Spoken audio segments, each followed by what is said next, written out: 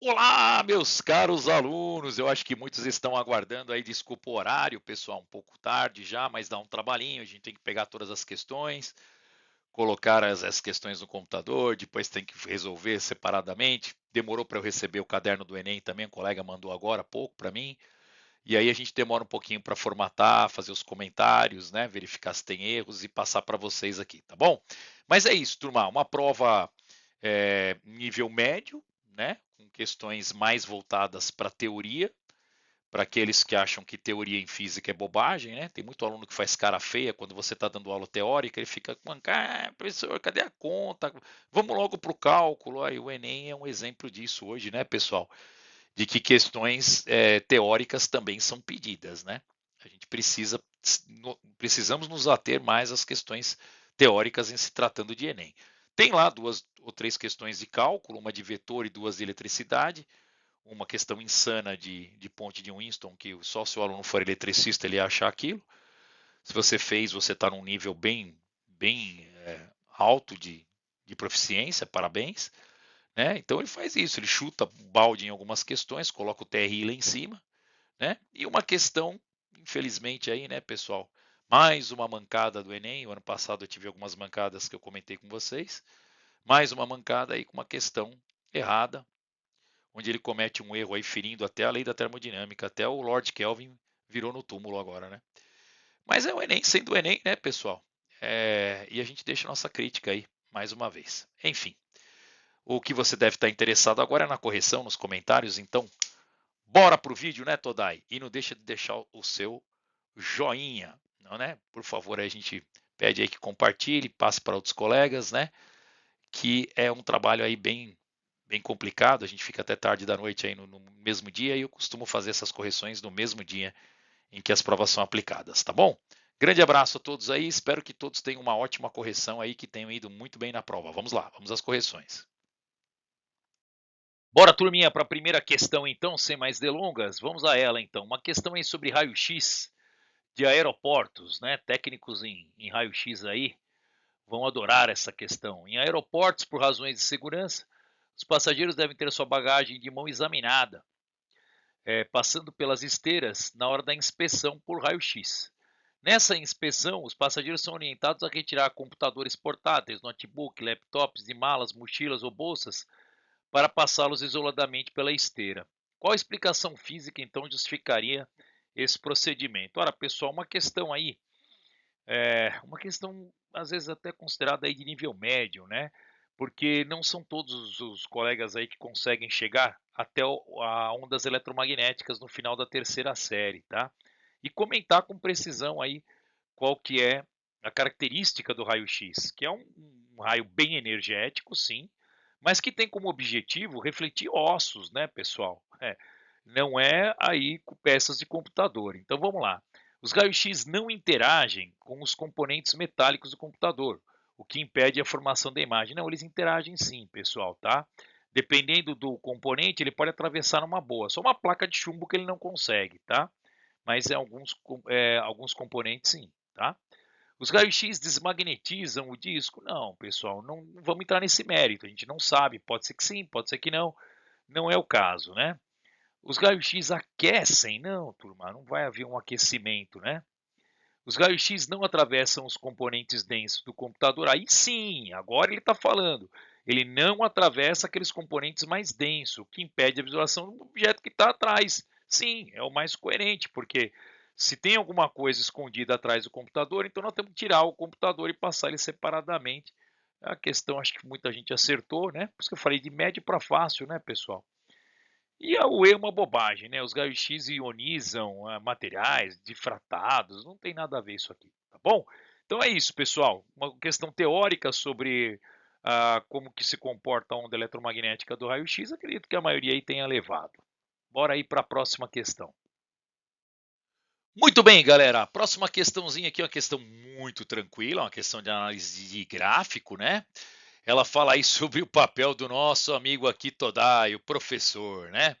E nós temos aí uma incumbência de falar bem alto para que o aluno lá no fundo ouça o que nós estamos aí dizendo, né, pessoal? Dá uma resumidinha aqui no no enunciado que você já conheceu, você já deve ter feito a prova, né? Senão você dá uma lidinha com calma. Mas aí vem a parte interessante, né? Considere a situação exemplificada por um infográfico, onde a distância de 1 metro, o nível sonoro da fala do professor é de 60 decibel, tá?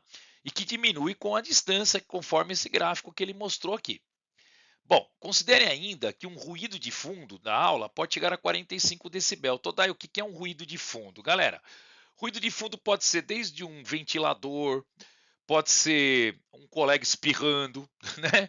Enfim, um arrastão de carteira. Tudo pode ser ruído de fundo. Até um bate-papo das meninas lá do cantinho, né, Todai? É sempre, né, galera? Muito bem. E o que ele diz? Ele diz o seguinte, que para ser compreendida, né, o nível sonoro da fala do professor tem que estar 5 decibel acima desse ruído, tá bom, gente? E aí vem o pedido, né? Vem a parte aí mais importante da questão que você não pode deixar de ler. Para um valor máximo do ruído de fundo, a maior distância que o estudante pode estar do professor para que ainda consiga compreender a fala é mais próxima de quanto? Turma, 45 decibel, o que é? 45 decibel é o ruído, tá ele aqui, pessoal, 45. Para o professor ser compreendido, ele tem que estar 5 decibel acima disso daqui, pessoal, é ou não é? Então, ele tem que ter 50 decibel, tá? Aí eu vou vir aqui nesse gráfico e vejo, pessoal, 50. Se o 60 é aqui, o 40 é aqui, o 50 está aqui, né, turma? E eu bato no gráfico aqui, ó, e desço, tá? Ó. Muito bem. O meu está escaneado, não está muito bonitinho, mas o teu aqui, da tua prova, você vai conseguir ver que seria 3 metros, tá legal? Portanto, pessoal, alternativa A, uma questão aí, como eu falei para vocês, de médio para fácil, né? Uma questão tranquila, era só ler o gráfico, compreender o texto, né? Tem que compreender o texto, né, turma? Tá bom? E é isso aí, 45 decibel, então, é o ruído de fundo, né? Rastões de carteira, bate-papo, etc., né? Ventiladores, mais 5 decibel para que o aluno possa entender, ele tem que estar acima. Isso aqui foi um comando do próprio exercício, tem que ler, né, pessoal? Tem que ler. Então você tem que ter no mínimo 50. Ora, para ele ter 50, turma, eu entro no gráfico e vejo que ele tem que estar na posição de pelo menos 3 metros, tá bom? Espero que você tenha levado essa daí também a questão tranquila. Uma próxima questão básica, né, pessoal, sobre transmissão de calor, não acredito que você tenha tido também grandes problemas, né? Esse é o famoso boiler, né, aquele aquecedor a água, onde você tem aqui os tubos, que eles são pintados de preto, com uma placa para justamente aumentar a irradiação solar. E depois eles sobem para o boiler, né, pessoal, que é esse ciclo de isolamento aqui. Turma, o que acontece? A água fria desce por gravidade e a água quente sobra, então, pela diferença de densidade, né, turma? Tá bom? Completando um ciclo que nós chamamos do que, Todai? Ciclo de convecção, né? Então vamos lá, ó. Os aquecedores solares são equipamentos utilizados para o aquecimento de água no calor, né, do sol. São compostos por coletores solares, no quais ocorre o aquecimento da água e o reservatório térmico armazenado uma água que é utilizada posteriormente, tá certo? Muito bem. A figura ilustra esquematicamente como funciona o equipamento. Então, tem radiação, convecção, condução, tem tudo aqui, tá? O processo pelo qual ocorre a transferência dos coletores para o boiler aqui, pessoal, é a convecção, né, turminha? É a convecção, por quê? É aquela, por causa, se tivesse que justificar, né, pela diferença de densidade, tá, turminha? O líquido quente sobe e o frio desce. Questão fácil, tranquilo, sem contas até agora, né? A questão está mostrando aí a prova, nesse início de prova aí, tá bem tranquilo. Não acredito que você tenha tido problemas. Vamos para a próxima, então. Próxima questão, turminha, uma questão aí que eu tô sempre falando em sala de aula, né? Bola cantada do Todai, já falo aí para quem é meu aluno sabe, né? Eu sempre falo a respeito do airbag, né, pessoal, do cinto de segurança. O que acontece, Todai? O que acontece é que muitas pessoas ainda se espantam com o fato do passageiro sair ileso de um acidente de carro e o carro estava praticamente todo destroçado, né, pessoal? E aí as pessoas equivocadamente acham que os carros bons são aqueles carros com estrutura como era de antigamente, né? Aqueles Opalão, Dodge, né? Que eram aqueles carros que ficava praticamente não acontecia nada na batida, mas o cara morria. Por quê, Todai? Porque é muito simples, né, pessoal? O que está acontecendo aqui é uma transferência de energia, galera, tá? Quanto mais o carro amassa, mais energia ele absorveu. e menos energia vai para o nosso coleguinha que está lá dentro, tá certo? O micrinho. Então, considerando o carro, seus ocupantes, o muro da figura como o sistema foi isolado, né, pessoal? Ele fala aqui do Cramped Zone, aumenta e segurança dos passageiros, porque durante a colisão, a deformação da estrutura do carro aciona o airbag do veículo, é ótimo, né? Absorve a energia cinética? Sim, pessoal, é isso que acontece, tá? Ele absorve aí a energia cinética. Então, sim, haverá uma troca de energia aí, tá bom?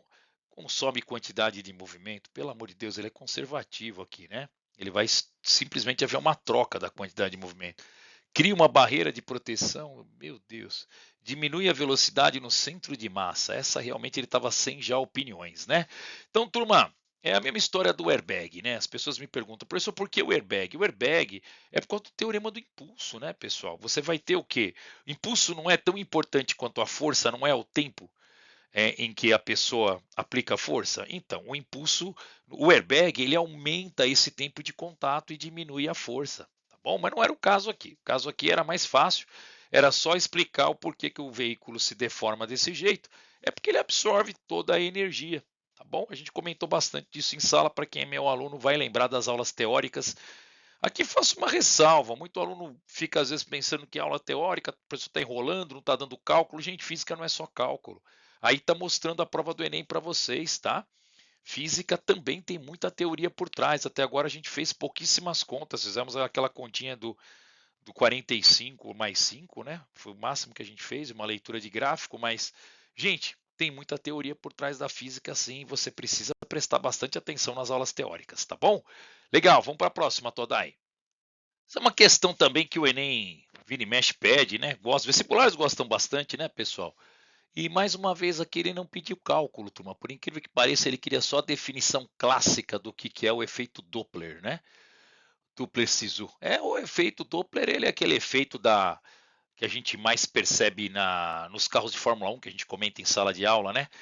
Quando você está numa plateia, vendo lá o carro passar, você vê com ele se aproximando com um som mais agudo, né, turma? Vem, aí ele passa por você, né? A ambulância também, ela vem com aquele pim, pim, pim, pim, pim, depois ela vai, pom, pom, pom, né? Então, sempre que o som se aproxima, ele se aproxima com uma frequência mais alta, né? Mais aguda. E depois, quando ele se afasta com um som mais grave, né, turma? Então, uma ambulância em alta velocidade com a sirene ligada dialoga-se na direção de um radar operado por uma pessoa, aqueles radarzinho revólver, né? Então você tem aqui o radarzinho revólver e aí você tem a nossa ambulância aqui, né, pessoal? Aqui, né? Muito bem. O que acontece, turma? Ela vai se aproximar e o cara vai jogar aqui o valor de frequência. Então eu tenho uma frequência emitida aqui, né? Uma frequência que eu posso chamar aqui de frequência inicial ou FO, como ele está chamando, né? E uma frequência refletida pela ambulância, que vem aqui da ambulância, tá? Vamos lá. Então, Todai, o que ele quer? Ele quer o seguinte, turma, o radar, ele emite ondas de radiofrequência, que são refletidas, então, pela dianteira da ambulância, retornando para o detector, como eu coloquei aqui, FR. A percepção do operador do radar em relação ao som emitido pela sirene é de que esse se altera à medida em que a ambulância se aproxima ou se afasta. Durante a aproximação, como o operador recebe o som da sirene, pessoal, e qual? Bom, ele recebe de forma aguda, né? Então, ou é esse, ou é esse, ou é esse aqui, tá bom? Os graves a gente já, tchau, né? Só lembrar da historinha do né, pessoal? Muito bem. Se aproxima agudo e se afasta grave. Depois ele fala que ele quer a relação entre o FR e o FO. Ora, gente, ele não é um som de aproximação, o FO? E o aproximação não é mais agudo, turma? Não é. Então, se ele é mais agudo, ele é maior, né? O mais agudo é esse cara aqui, ó, tá? O mais grave é esse cara aqui, ó, tá bom? Então, maior frequência, pessoal, é do FR, né? Se o FR é maior do que o FO, ficamos com a alternativa D. Mais uma vez, uma questãozinha que não precisava cálculo, era só você ler com bastante atenção, tá? Mais uma questão tranquila, mas o aluno precisa conhecer o efeito Doppler, né, turma? Senão ele realmente não conseguiria fazer. Questão de nível fácil, porque não tem conta, é só a interpretação, né, do enunciado e fazer a correlação entre as frequências, tá bom? Espero que você tenha levado aí, que até agora a prova está bem tranquila, ela deve dar uma engrossada daqui a pouco. Ô, galera, adorei a questão aqui, uma questão das antigas, né? Questão do mirascópio. Eu me lembro como se fosse hoje quando a gente montou lá na física, lá num curso com o professor, saudoso professor Miquia, lá da USP. Meu grande abraço aqui, fica aqui minhas saudações a ele, que foi a primeira professor que me mostrou o miroscópio lá na USP, né? Ainda quando a gente fazia cursos de ótica na Estação Ciência. Turma, isso aqui é uma máquina ótica maravilhosa, né, pessoal? Maravilhosa. Você pega dois espelhos aqui côncavos e coloca um contra o outro, né? Qual que é a grande vantagem de fazer isso? É que o objeto que é colocado aqui embaixo, ele vai acabar aparecendo em cima, tá? Ele vai acabar aparecendo aqui. Por quê? Simplesmente fenômeno da reflexão, pessoal. Reflexão, simples assim, tá? O objeto no qual emana, eu acho que é um cachorrinho que está aqui, né? No qual emana aí os raios. Você vê, pessoal, que o raio ele sai aqui né? A gente pega sempre os extremos, né? Ó. Ele sai, ele bate no primeiro, ele desce aqui, ele te deu o caminho, você não precisa construir, ele te deu o caminho. E ele acaba sendo refletido aqui.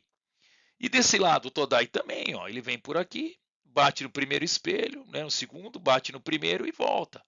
E ele reflete aqui. Conclusão, o bichinho sai exatamente do mesmo tamanho, né? Todai, o que ele está querendo? Primeiro, a natureza dessa imagem, pessoal. Isso é uma imagem formada não por prolongamento atrás, mas pelo próprio o quê? Pelo próprio cruzamento dos próprios raios, né? Tá certo? E toda imagem formada pelo próprio cruzamento na frente de um espelho, ela é real. Então ele só pode ser o A, o B ou o C. Virtual é quando é prolongamento. Ninguém está fazendo prolongamento aqui, tá bom? Segundo, Todai, o que ele quer? Ele quer saber a distância vertical entre cada ponto. Ora, turma, por favor, o objeto está aqui, né? O objeto está aqui e a imagem está aqui, tá certo? Isso aqui é um esquema só, esse é um esquema técnico e esse aqui é um esquema ilusório aqui do que você está vendo, né? Gente, qual que é a distância do objeto e da imagem? Se ele falou que o objeto aqui ele está no primeiro espelho a 3,8 e o segundo espelho 3,8, é isso mesmo que você está imaginando. Você tinha que fazer isso a conta horrorosa aqui. Somar 3,8 mais 3,8. 8, 8, 16, vão 1. 3 mais 3, 6 e 1, 7. É isso aí, turma. 7,6, alternativa C. Não tem muito o que fazer, né? Exercício bem tranquilinho, tá bom? Só uma dica para quem for fazer, não adianta pegar duas tampas de panela, pessoal, para fazer, porque esses espelhos têm que ter uma ótima qualidade, tá bom? Eles têm que ser côncavos, mas de ótima qualidade. E outra coisa também chatinha é que o espelho de cima, né, uma das tampas tem que ter uma perfuração, tá? Então a gente tinha lá no laboratório, dava para ver isso daí, tá bom? É isso aí, turma. É um exercício antigo, mas ele não tinha nenhuma fórmula. Por mera geometria, você vê que a distância do objeto para a imagem era de 7,6 centímetros. Aí eu acho que não teria problema. Quanto à imagem ser real, sim, o aluno tem que saber que é fruto de um cruzamento do próprio raio, né? Se for um raio prolongado, ela é virtual. Tá bom? Questão considerada aí mediana por mim, porque não são todos os alunos que conhecem o miroscópio, né? O 3D. Foi a primeira imagem 3D que eu vi na minha vida. E ele é considerado um experimento um pouco antigo. Está um pouco desatualizado aí. Tá bom? Então, talvez aí que o Enem tenha, acho que, achado que os alunos não fossem acertar. Tá bom? Mas dava, pelas teorias da ótica, da reflexão, dava para você deduzir. Tá? Espero que você tenha levado também. Vamos aí ao próximo, pessoal. Muito bem, galerinha. Se você está achando que nós vamos fazer conta nesse exercício aqui, mais uma vez você se enganou, tá? Ele é um exercício que a gente precisa usar o famoso bom senso, tá? Quando o carro começa a trepidar muito, nós temos problema de alinhamento, né, pessoal? E uma das coisas que interfere também é o balanceamento, né? O que é o balanceamento, Todai? É a distribuição, né, de todo o peso da roda, de forma que o centro de massa fique bem aqui, ó, bem no meião da roda, né? Isso que é o esperado. Então, o que os mecânicos fazem, né? Os borracheiros, eles colocam umas pecinhas de chumbo, pessoal, para poder compensar quando a roda está mais pesada de um lado do que do outro, que com o tempo vai acontecer esse desgaste. Isso a gente chama então de balanceamento. Tem uma máquina que faz isso, tá? Ele não tem como calcular. É uma máquina que faz a verificação do desbalanceamento e ele vai balanceando por tentativa e erro. Ele vai mais ou menos colocando os chumbinhos, né? E ele vai colocando ali, compensando. Então, o que você tem que fazer aqui, turma? Aqui é o seguinte, Todai, qual ponto deve ser fixada a peça de chumbo para corrigir uma posição do centro de massa, que ela está um pouquinho afastada? Olha, gente, é claro que nós vamos ter que jogar isso aqui nessa direção aqui do 3, tá? Por quê? Porque se eu jogar aqui esse chumbinho na direção do 3, eu estou tentando fazer com que o centro de massa ele se arraste para cá, tá bom? E aí ele fique balanceado. Se eu colocar na posição 5, poxa, eu vou afastar mais ainda o centro de massa. Se eu colocar na posição 1, ele vai vir mais para trás. Se eu colocar na posição 2, periga ele vir mais para o lado. Se eu colocar na 4, vem para cá. Se eu colocar na 3, pessoal, é o que eu quero. Então é assim, Todai, deixa eu tentar entender. O objetivo é verificar onde está o ponto que no prolongamento corrigiria o centro de massa. Exato. Então, gente, quem que prolongando corrige o centro de massa? Primeiro você precisa saber onde que está o centro de massa, né, Todai? Cadê o centro de massa? Gente, o centro de massa está aqui. E você tem que saber, o centro de massa de uma roda, ele é no meio dela, é na ponta do compasso, tá? De uma circunferência. Então, o que eu vou fazer? Eu vou pegar esse centro de massa aqui e vou prolongar. Ao prolongar ele, eu tenho o ponto 3 aqui, tá bom? Se você colocar no ponto 5, está na mesma direção, só que você vai afastar o centro de massa, né? Para você aproximar para o centro, você tem que colocar no ponto 3. Então, resposta C, exercício tranquilo, fácil. Para o aluno que tem um conhecimento de centro de massa, ele entendeu o que é um centro de massa de um sólido, ele não teve nenhuma dificuldade. Tá bom, pessoal? Não tem conta para fazer aí não, viu, pessoal? Aí é no bom senso mesmo, tá? É como o mecânico lá, o borracheiro faz. Ele vai colocando, passa, não deu certo, ele tira, ele coloca mais um pouquinho para a esquerda, para a direita, né? E ele vai fazendo isso daí, que é o que você tinha que fazer aqui, tá bom? Espero que você tenha levado também outra questão sem cálculo, pessoal. Bom, enfim, aí apareceu uma questão de cálculo, né, pessoal? E com aquele cálculo que o Todai sempre fala para você que cai, né? Que é o URI. O URI não fica fora de nenhuma prova, né, Todai? Não, não fica fora, não. Olha ele aqui, né? É o famoso triângulo do Ukiri. Toda a prova do Enem ele aparece, né, pessoal? O é tensão, R resistência e é corrente. Vamos lá, vamos devagarinho. O LED é um dispositivo eletrônico que conduz corrente elétrica num único sentido, né? Muito bem, sentido contrário ele não funciona. Sendo caracterizado por uma tensão por uma corrente máxima de funcionamento.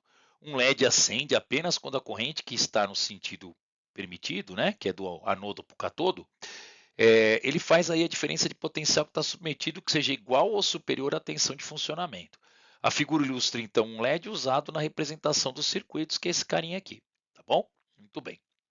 Sentido permitido caso o aluno não soubesse, pessoal, que não é normal no ensino médio a gente passar isso, né? Só no ensino técnico, que vai do anodo aqui para o catodo, tá aqui, tá, pessoal? É esse sentido aqui, ó, tá? Muito bem. Um estudante de física analisou a propriedade do LED em um circuito simples de corrente contínua. Ele dispõe, então, de uma bateria de 4,5. Então, eu tenho aqui uma bateria, né, pessoal? Uma bateria aqui por mais aqui o menos aqui, tá bom? Uma bateria de quanto toda aí? Uma bateria de 4,5 volts aqui, ó. 4,5 volts. Muito bem. E ele dispõe também dos seguintes materiais, turma. Ele tem aqui LEDs, né? 2 LEDs de 3 volts. E ele fala que a corrente é de 1 mA para cada um dele. E 2 resistores de 1,5 kΩ, né? O circuito que o estudante deve montar para que ambos eles, dos LEDs, fiquem acesos, pois seja percorrido por uma corrente máxima é de quanto? Bom, turma, vamos lá. Para que o LED seja aceso, pessoal, aqui está o nosso LED, bonitinho, né? Olha aqui, ó, o nosso LED. Para que ele seja aceso, Todai, eu preciso de quanto? Eu preciso de 3 volts, é o que está dizendo aqui o exercício, tá? É como se fosse um consumidor, um receptor que precisa de 3 volts. Todai, se eu ligar o 3 no 4,5, vai queimar? Vai queimar, pessoal, não pode. Então você tem que colocar aqui um pequeno de um resistor. O único resistor que ele te deu, né? É o resistor de 1 kΩ, pessoal, tá bom? Ele te deu, o único resistor que ele te deu é de 1,5K. Toda a pergunta é, vou colocar ele em série ou em paralelo, né? Muito bem, turma, vamos ver qual é a queda de tensão proporcionada por ele, né? Porque você concorda que para eu proteger o circuito, eu vou precisar de 3 volts aqui 3 volts aqui, mais 1,5 volt aqui. Por quê? Porque 3 volts mais 1,5 volt vai dar 4,5, tá? A corrente, turma, ela é de quanto? Ela é de 1 miliampere, tá certo? Então ele tem que proporcionar essa corrente. Gente, aplicando o URI aqui, a gente vê exatamente o valor do resistor. O resistor ele é U sobre I. Qual é a tensão? Bom, se ele tem uma bateria de 4,5, mas ele só pode suportar 3, turma, a gente fez exercício parecido com esse, né? Se eu tenho um gerador de 4,5, lembra? Só que a diferença é que era uma lâmpada no lugar do LED, que não deixa de ser uma lâmpada, porque o LED é uma lâmpada, né? Então, turma, 4,5 eu só posso ter 3, o resistor tem que ter 1,5, né, Todai? 1,5 volts, 1,5 volts. Dividido pela corrente. Quanto que é a corrente? É 1 miliampere, turma. 1 vezes 10 a menos 3, tá? 1,5 dividido por 1 dá quanto, Todai? Dá 1,5. O 10 a menos 3, quando sobe, ele vira o quê? Ele vira 10 a terceira. Então é 1,5K. Tá vendo ele aqui? 1,5K? Beleza, fechou. Só que tem um problema, Todai. Eu tenho dois resistores e 2 LEDs. Gente, não tem que manter a mesma tensão? Então faça 2 em paralelo, tá bom? O desenho é esse aqui da alternativa B, ó, tá bom? Ó? Então você vai ter aqui um resistor de 1,5K, um resistor de 1,5K, 2 LEDs aqui de 3 volts, tá certo? Que bonitinho. Cada resistor desse aqui provoca uma queda de tensão de quanto, Todai? De 1,5 volt, 1,5 volt. Então 3,5 com 1,5 dá o quê? Dá os 4,5 do gerador, tá bom? E você acende direitinho aí. Questão, pessoal, considerada média para quem está lidando com circuito, não tem 2 malhas para analisar, Kirchhoff, não é uma questão pesada, né, galera? Mas é claro, para quem não tem intimidade com a eletricidade, o aluno que fez pouco exercício de eletricidade, ele vai ter dificuldade sim, tá? Ele precisa fazer bastante exercícios aí, envolvendo circuito série, paralelo, para poder ter um pouco mais de, vamos dizer assim, um pouco mais de tranquilidade na hora de fazer esse tipo de exercício, tá bom? Espero que você tenha levado aí a alternativa B, pessoal.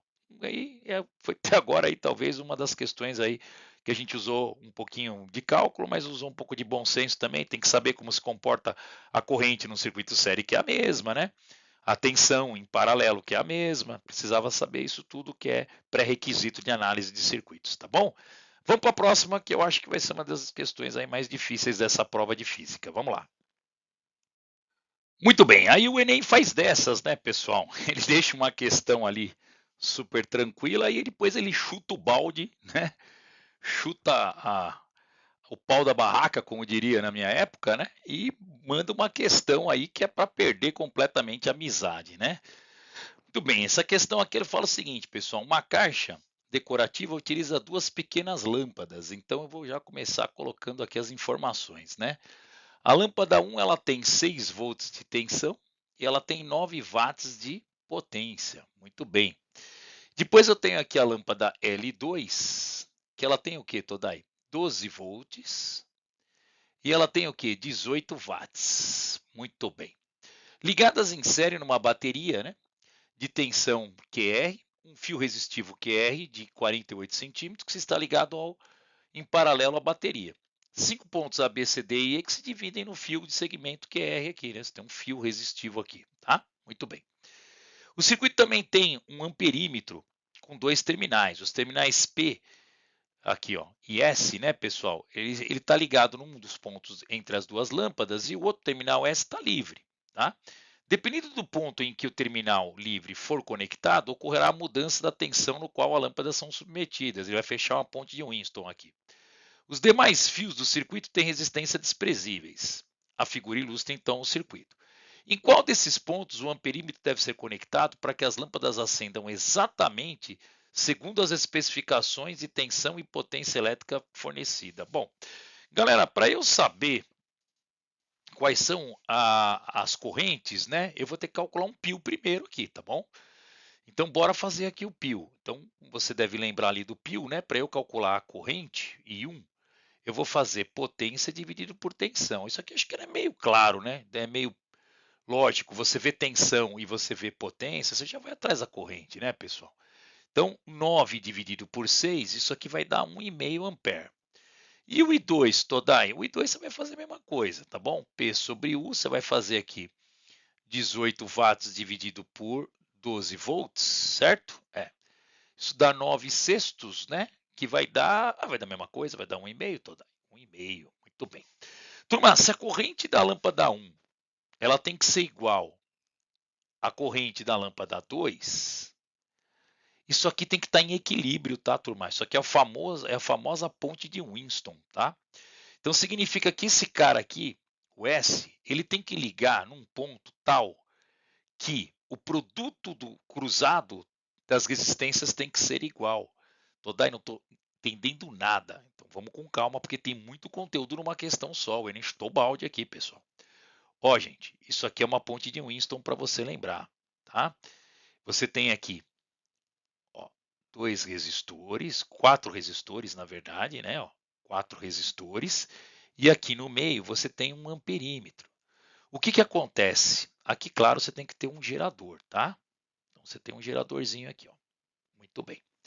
O que acontece? O que acontece é que eu vou pôr aqui a lâmpada L1, representando a resistência R1, vou colocar a lâmpada L2 aqui, e vou colocar duas resistências aqui, uma resistência R1 e uma resistência R2.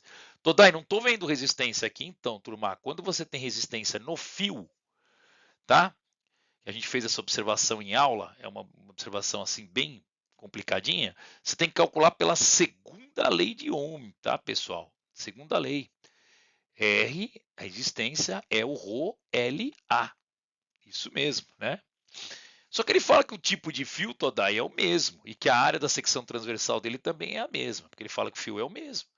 Então o que vai variar é o comprimento só, você concorda? Então nós vamos ter que fazer o L1, né, a resistência de L1 vezes o R2. Então a resistência da lâmpada 1 aqui, ó, resistência da lâmpada 1 multiplicado pelo R2 tem que ser igual à resistência da lâmpada 2 multiplicado pelo quê? Pelo R1.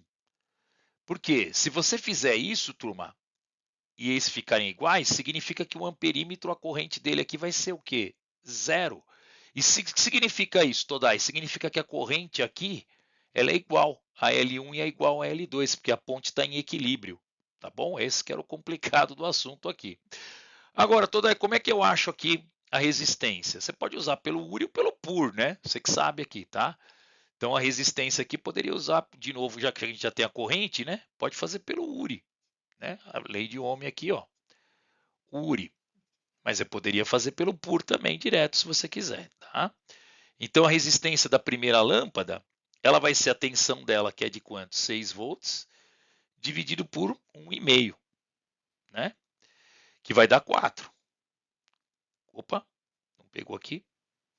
Ué, por que não pega aqui? Não entendi. Vamos ver se a gente troca aqui. Ixi, deu uma travada no meu sistema aqui, pessoal. Espera aí. Opa, deu uma travada aqui o sistema. Vamos lá. Um pouquinho, deve ser falta de memória aqui.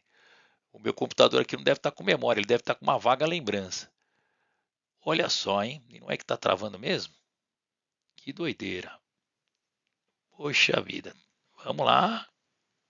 Ah, a gente insiste, uma hora sai, né? Saiu 4 ohms com delayzinho aqui, mas saiu. Tô daí o R2. Tá com delay aqui, depois a gente precisa ver o que está acontecendo. O R2, turma, nós vamos fazer o quê? Nós vamos fazer a tensão, que ela é de quanto? 18? Não, 18 não, 12, Todai, 12. Dividido pela corrente, né? Quanto que é essa corrente elétrica aqui que a gente viu? É 1,5 também, né? Então, 1,5, quantas vezes ele vai estar dentro do 12, né? Ele vai estar 8 vezes, né, Todai? É, vai estar 8 vezes aqui, tá certo? Muito bem. Então, turma, agora nós temos a seguinte função aqui, ó. A resistência R1 aqui é 4, tá? O R2 aqui, o Rho e o L a gente pode cortar, porque ele vai ser igual. O Rho e o A. Vai ser só o quê? O L2, o comprimento do L2. E aqui vai ser o quê? 8 ohms, tá certo? E o L1. Muito bem. Turma, o que acontece aqui? O que acontece é que uma tem que ser o dobro da outra, você concorda não? Aí, Todai, quem que tem que ser a maior? A L2 ou a L1? Tem que ser a L2. A L2 teria que ser a maior.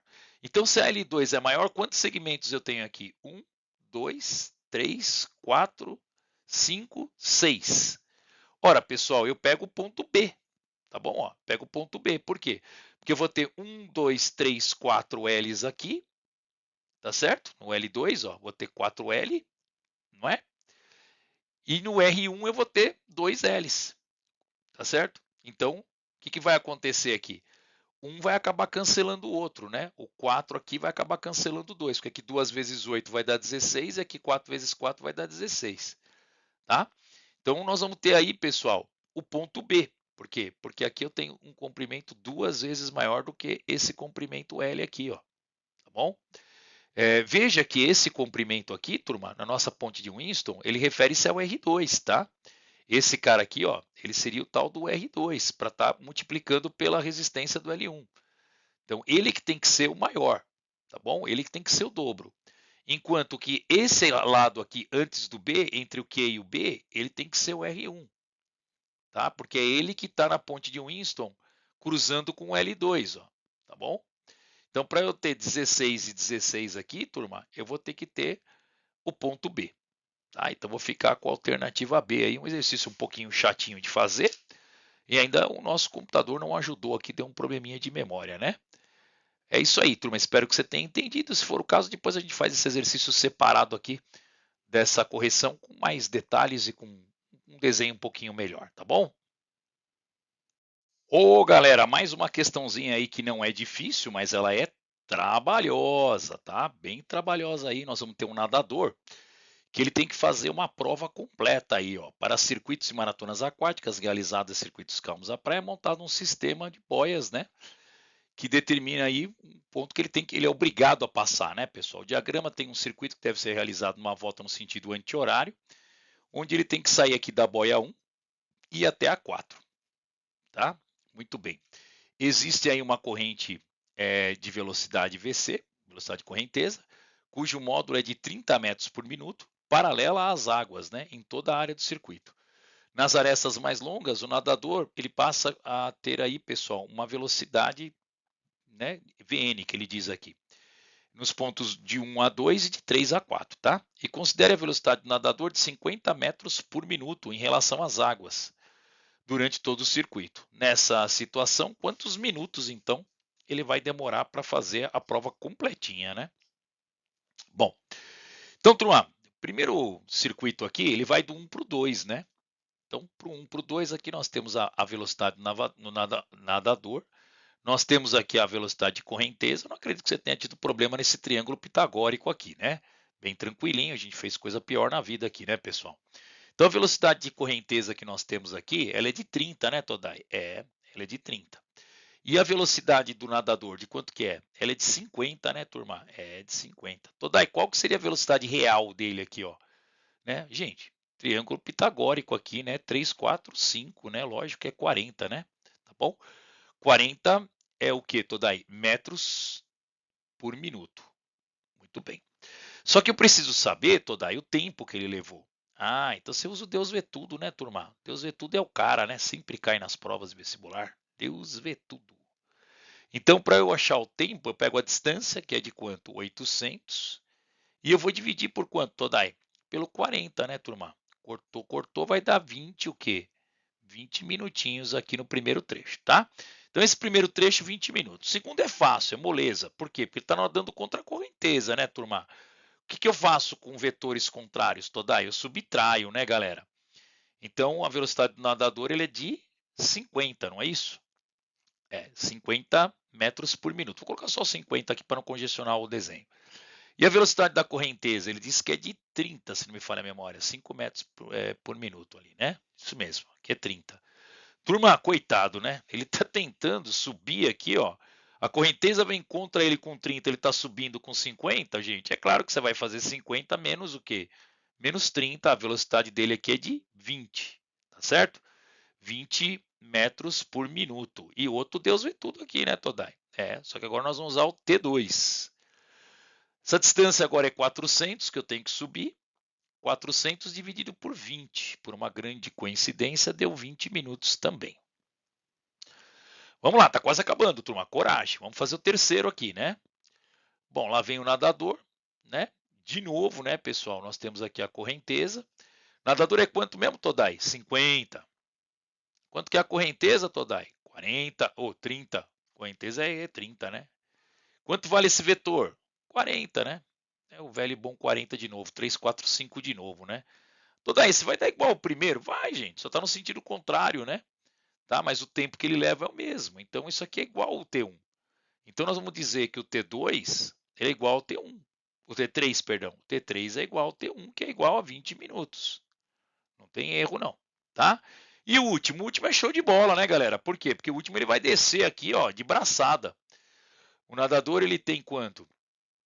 50, Todai. E a correnteza tem 30. 50 mais 30 dá 80, né, galera? Então vamos calcular o último, que é o T4. Então vamos lá, no T4 eu vou ter o que, Todai? Bom, no T4 eu tenho distância, que é de 400 metros, dividido por quanto? Por 80, né? Por 80. Cortou. 40 dividido por 8 dá 5 minutos ele vai conseguir. Também nadar a favor da correnteza é moleza, né? Turma, o que ele quer? Ele quer o tempo total. 1, 2, 3, 4, 5, 6, 5, 65 minutos. Uma questão considerada aí média pelo trabalho dela, né? Mas difícil nem pensar com esses triângulos pitagóricos 3, 4 e 5 aí. Pelo amor, né, pessoal? Bem tranquilo. Agora, é claro, tinha que ter um pouco de raciocínio, fazer devagarinho aí com calma, mas eu acho que você chegaria ali no 65, tá bom? Vamos lá. Uma questão aí, pessoal, que é considerada fácil, só que ela tem um problema. Ela tem o quê? Ela tem uma pegadinha. Aí tem que tomar cuidado, né? Ela seria uma questão fácil se o Calvin caísse reto, mas ele não vai cair reto, pessoal. Isso você tem que tomar um pouquinho de cuidado. Vamos lá. Na tirinha, Calvin se divertia num balanço antes de soltar-se, né? E cair no chão. Em sua fala, ele demonstra, né? Imaginado que permaneceria em movimento circular. Porém, com a força gravitacional que permanece atuando no garoto, modifica a direção de sua velocidade, fazendo com que ele chegue ao chão de maneira ilustrada no último quadrinho. Ele tem um lançamento aqui meio que oblíquo, tá? Então, quando ele cai da balança, turma, eu queria que você prestasse atenção que ele tem dois vetores aqui, tá? Esse é o vetor resultante do Calvin, ó, o vetor velocidade resultante. Ele vai ter aqui uma queda do peso, tá certo? Só que ele tem uma queda aqui de uma tração que ainda vinha da corda. Então, ele não vai cair reto, ele vai cair obliquamente. Aí que você tem que tomar um pouquinho de cuidado, tá bom? Por quê, Todai? Porque, gente, vamos lá, vamos pensar aqui numa superfície reta. Se o Calvin caísse assim, ó, retinho, caísse aqui, qual seria o vetor normal dele? É um vetor vertical para cima. Então, porque ele pede qual o vetor que representa a força exercida pelo chão sobre o Calvin no exato momento que ele tocou o chão. Seria para cima, reto. Só que tem um problema. Ele não caiu reto, ele caiu de ladinho aqui assim, né? Ó. Tá? Ele está caindo, vou representar por um vetor. Ó. Ele está caindo desse jeito aqui, turma. Então aí nós temos um problema, né, Todai? Por quê? Porque nós vamos ter uma soma vetorial. Nós temos aí o atrito, porque uma hora ele vai parar de escorregar. Então eu tenho a FAT para cá, né? Então, sim, deixa eu só apagar aqui que deu aquele mesmo probleminha lá. Eu estou com um problema de memória aqui. Não sei o que está acontecendo aqui. Vamos ver. Então, ó, eu tenho aqui a FAT, tá certo? E eu tenho aqui, pessoal, a normal. Olha aí. A normal seria para cima e a FAT para o lado. Então, o que, que acontece, turma? Como uma hora ele vai acabar caindo, a normal, a força que a normal exerce, eu vou colocar de outra cor aqui, ela vai no sentido oposto do vetor velocidade com que ele vem escorregando, ó, tá? Por que, Todai, que a normal está para cá? Porque ela é a soma do vetor normal reto mais o vetor da FAT no sentido contrário ao escorregamento. É uma pegadinha, mas seria o correto aí. Alternativa, então, alternativa A, tá bom? Bastante cuidado aí, turma. Se ele tivesse caído reto, seria o vetor D. Mas como ele caiu escorregando aqui obliquamente, então a normal também é oblíqua, tá bom, gente? A normal é uma reação que ela vai acontecer do chão sobre o Calvin, mas que depende da maneira como o Calvin vai escorregando pelo chão. Se ele falasse que era um chão liso, completamente liso aqui, talvez, né? Não, também não, pessoal, porque ele está caindo de lado, né? Ele vai escorregando, então não tem como, turma. De qualquer maneira, como tem um escorregamento para a esquerda, para a direita vai ter uma força contrária que é o atrito e para cima tem a normal. Então a resultante ela é inclinada, tá bom? Talvez você nem tenha pensado nisso na hora de colocar essa normal inclinada. Só de você ver a maneira como o Calvin caiu, já dava para deduzir. Mas aí fica a explicação técnica para você, o do porquê disso, tá bom? Vamos lá, turma, estamos quase acabando essa prova.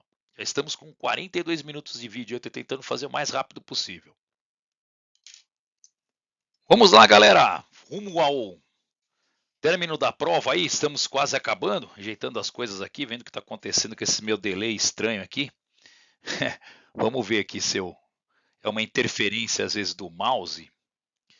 Eu vou tentar tirar aqui a ponteira do mouse e ver se não acontece aquela interferência.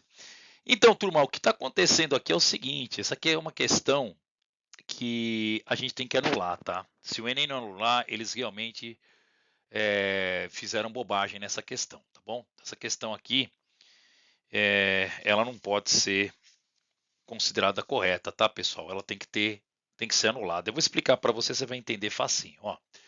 O estudante comprou uma cafeteira elétrica e ele tem 700 watts, né, de potência, com uma capacidade de meio litro d'água, 500 gramas, né?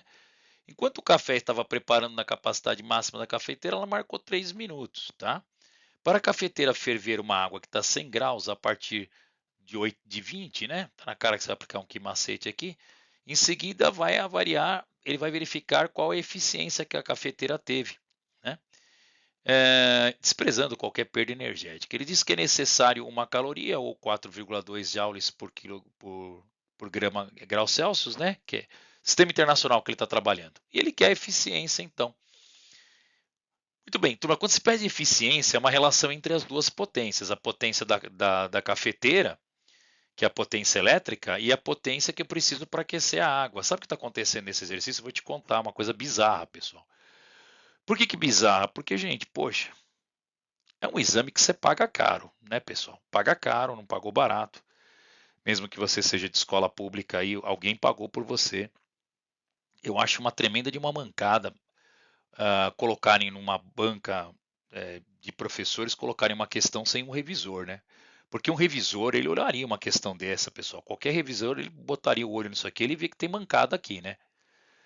Sei lá, de repente eu estou vendo errado aqui. Eu espero que seja um erro meu, sinceramente. Mas vamos lá. Turma, o que acontece aqui? Eu tenho que calcular a potência elétrica, né? Todai, como é que você calcula mesmo a potência elétrica? Vamos pelo PET, pela energia elétrica, na verdade, né? Tava esperando o PET, né, pessoal? O PET estava demorando para aparecer nessa prova. PET, PIL, URI. A gente sabe que essas fórmulas sempre caem, né? Então vamos lá, turma. A energia gasta pela cafeteira é a potência. Quanto que é a potência dela, Todai? 700 watts. Vezes o tempo. Qual que é o tempo, Todai? O tempo é 3 minutos, não é isso, pessoal? 3 minutos. Só que 3 minutos tem um probleminha aí, turma. Você vai ter que passar ele para segundo, tá? Porque você não pode colocar em joules aqui, ó. Joules tem que ser potência em watts e o tempo tem que ser em segundos, tá bom? Então cuidado com esse 3 que você vai ter que multiplicar aí por 60, que vai dar 180, né? Toda aí, quanto que é 700 vezes 180? Eu já fiz essa continha para você aqui, pessoal. Tá dando 126 mil, tá? 126 mil joules, ou 126, se você quiser, quilojoules. Tudo bem. Isso é o que, Todai? Isso é energia elétrica, turma. Energia elétrica. Fornecida por quem, Todai? Fornecida pela cafeteira. Agora em azul, pessoal, nós vamos fazer a energia que a água precisa para aquecer. É o que macete, né? Energia é sinônimo de quê? De quantidade de calor. Então, como só tem variação de temperatura, não tem nada que evapora, é o que macete. Então, bora lá. Massa de água, quanto que eu tenho? 500 gramas, Todai. Qual que é o calor específico, gente? Então, ele está mandando usar aqui 4,2 para elevar 1 grau Celsius, uma temperatura de 1 grama de água, né? Então, a gente pode colocar aqui 4,2 joules, não tem nenhum problema, que seria a mesma coisa que 1 caloria por grama grau Celsius, né? E a variação, Todai? A variação é o seguinte, turma. A variação sempre é a final menos a inicial. Eu venho com água da torneira de 20, né, do ambiente, e vou chegar a 100. Quanto que dá essa conta, Todai? 500 vezes 4,2 vezes 80. Ela vai dar 168 mil. E aqui deu bug. Aí eu buguei. Por que você bugou, Todai? Galera, como é que o 168 pode ser maior que o 126? Você concorda que é impossível? É uma cafeteira do futuro, pessoal. Ela fere a lei da termodinâmica. O que aconteceu foi que ele provavelmente inverteu os números. Na hora de fazer a questão, ele não se ligou, pessoal, que o 168, olha que loucura, é que era o maior e que o 126 era o menor. Claro que se você dividir 126 por 168, você vai encontrar 0,75, o que te daria uma eficiência de 75%. Só que você me perdoe, pessoal, isso aqui está errado, está ferindo a lei da termodinâmica. É a eficiência calculada. A eficiência tem que ser do aparelho, pessoal. Como que um aparelho que produz 126 kJ, ele aquece uma água de 168 kJ? Não dá, né, galera? Tá bom? Então ele deve ter invertido e deve ter colocado 75%, mas a questão tem que ser anulada. Por favor. Enem, anule a questão. Errou, admite que errou, né? E é isso aí, turma. Vamos para a próxima. Ih, esqueci que eu tirei meu mouse aqui. Vamos lá. Vamos aqui no pay de mouse mesmo. Muito bem, galera. Uma questãozinha tranquila. Voltamos às questões tranquilas agora, né? As questões fáceis, sem cálculo pesado aí, nem errado. Nós temos aqui uma questão muito tranquila do ciclo de Otto. Acho que a maioria de vocês devem ter visto aí em termodinâmica, né, pessoal? Motor 4 tempos, né?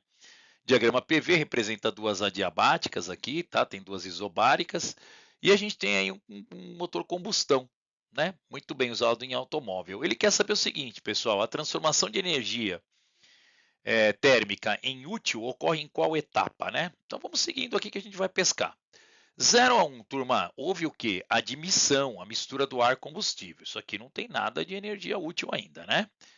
Depois, de 1 para 2, Todai, compressão adiabática. Eu estou comprimindo a mistura ar-combustível, né? Ainda não tem nada de energia lá. Depois, de 2 a 3, Todai, o que, que você tem? Você tem a introdução da energia na forma de calor, a explosão, turma. É quando ele explode, né? Bum, dá aquela explosão. Só que nessa explosão ainda, turma, houve um aumento absurdo aqui de energia, né? Mas ainda não houve a realização do trabalho. O trabalho só é realizado, turma, quando você tem expansão volumétrica. Não pode esquecer disso, né, Todai?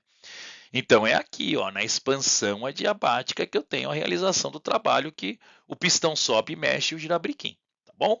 Então aqui, pessoal, entre a 3 e a 4 seria a alternativa C, tá bom? Questão tranquilo, né? De liberação de energia na forma de calor, nem nada, né? De nada de trabalho útil aqui, nem liberação de gases. Questão fácil, né, pessoal? De termodinâmica, eu acho que você usando bom senso, lembrando que um trabalho ocorre na expansão de um gás, eu acho que não teria nenhum problema, não, né? Uma questãozinha aí tranquila. Vamos para a próxima.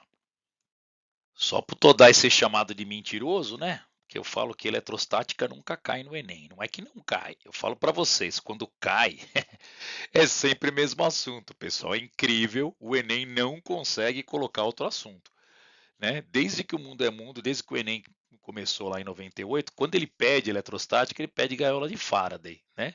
Ele só vai trocando a maneira como ele dá a gaiola de Faraday, mas é a mesma questão sempre, né? Questãozinha bonitinha envolvendo gaiola de Faraday de novo, vamos lá. Em um experimento de laboratório, duas barras metálicas AB são carregadas com cargas opostas e imersas num óleo. Farelo de milho é jogado sobre o óleo e, após um certo tempo, o farelo assume formatos das linhas do campo elétrico, que a gente sabe que vai de positivo para o negativo, né, pessoal? Muito bem. Aí o que acontece? Ao repetir o experimento, colocado lá foi colocado, né, um cilindro, ele jogou um cilindro metálico, só que é oco, pessoal. Essa palavra era essencial, tá? Entre as placas, esquema representado na figura, assumindo então pelo farelo. Aí ele pergunta, pessoal, qual que é a representação correta aqui, né? Ô, gente, é muito simples aqui, olha só. A gente sabe que numa esfera oca, assim como no gerador de Van der Graaf, por exemplo, assim como você quando está num carro, né? O que acontece com o campo elétrico dentro da superfície? Ele é nulo. O campo elétrico aqui é zero, pessoal, tá bom? Então as linhas de campo elas permeiam a esfera, né? E alternativa E, não tem o que fazer. O resto todos têm campo elétrico no meio. Não interessa sentido certo, sentido errado, sentido cruzado, quando ele colocou aqui na D, tá? correto é aqui, pessoal, blindagem eletrostática, tá bom? Foi blindado e o campo elétrico não pega aqui. Gaiola de Faraday, de novo, né? Vou escrever aqui, ó. Gaiola de Michael Faraday. Faraday. É isso aí, tá bom? De novo, o Enem pediu gaiola de Faraday, pessoal. De um jeito um pouquinho mais, vamos dizer assim, criativo, né? Mas foi gaiola de Faraday, tranquilo. Você não deve ter tido problema nessa questão, não. Só lembrar que o campo, a gente bateu muito nisso em aula, né? Campo elétrico é nulo dentro de uma esfera, pessoal. Você só tem fórmula para calcular tanto o campo como o potencial elétrico fora da esfera. Dentro da esfera ele é nulo, tá bom? Vamos lá, galera, para o último exercício, então, o exercício do iglu. Então, é um exercício aí que é bem interessante, ele mostra aí as regiões onde ainda teoricamente existem iglus, mas não existem mais, né, pessoal? Isso eram para os povos que migravam dessas regiões para caçar, né? Mas agora esses povos mesmo já não usam mais, os iglus estão meio já fora de moda, né? Mas enfim, são estruturas de construção que isso justifica pelo fato de ter aí um gelo, né? Ela é feita na verdade de neve, de blocos de neve, né? A pergunta é, pessoal, por que diabos, né? Alguém colocaria uma geladeira dentro de um iglu? Então a brincadeira é a seguinte do Laerte aqui, que é o cartunista, né? Ué, você comprou uma geladeira? Para quê? Ah, é para as crianças, né? Mas por quê? Porque elas adoram brincar de casinha. Muito bem. Ô, gente, agora a pergunta é: dentro de um iglu, não seria um frio insuportável, pessoal? Né? Uma coisa assim doida, né? Um frio assim daqueles de trincar, né? Não, pessoal, não seria. Por que não seria, Todai? Porque o frio no iglu, pessoal, o que, que vai acontecer? As paredes de gelo, de neve, né? No caso, são blocos de neve, elas são, elas são estruturas que formam um isolante térmico, tá? E como um isolante térmico, o que, que vai acontecer? Ela não deixa o calor sair. Como você tem pessoas vivendo lá dentro, que são fontes de calor, esse calor ele não vai ser perdido, então acaba esquentando. Então a temperatura lá dentro ela é maior do que a temperatura externa, tá bom? Então na tirinha da geladeira, pessoal, é necessário para fazer gelo, porque a temperatura interna do iglu ela é maior do que a de solidificação da água. Está corretíssima, é a A. A umidade dentro do iglu dificulta o processo, não tem nada a ver. O ar dentro do iglu é um isolante térmico, também não, né, pessoal? A temperatura uniforme no interior do iglu impede correntes de convecção, bobagem. E a pressão do ar no interior do iglu é baixa, não tem nada a ver, a pressão é a mesma, né? Não tem nada a ver. Tá bom? Então é isso mesmo, pessoal. A temperatura, por incrível que pareça, dentro do iglu, ela é maior. Por quê? Porque tem fontes térmicas lá dentro. Tem pessoas que exalam calor ali e a temperatura ali é maior porque as paredes do iglu funcionam como um isolante térmico. Tá bom? É isso aí, pessoal. Espero que você tenha gostado, espero que você tenha curtido essa nossa resolução aí. Claro que ela ainda fica a critério da banca do Enem, a gente não tem o gabarito oficial ainda, tá bom? Mas eu acredito que uma boa quantidade de questões aqui a gente tem acertado, né? Tá bom? É a nossa meta sempre aí tentar verificar tudo, principalmente aquela que está no lado, eu quero ver o que, que eles vão dizer sobre aquela questão. Tá bom? Um grande abraço a todos aí, pessoal. E desejo a todos, do fundo do coração, que tenham tido aí uma ótima prova e que tenham aí, né, muito sucesso na nota final aí para poder alcançar o teu tão almejado curso aí. Tá bom? Grande abraço a todos.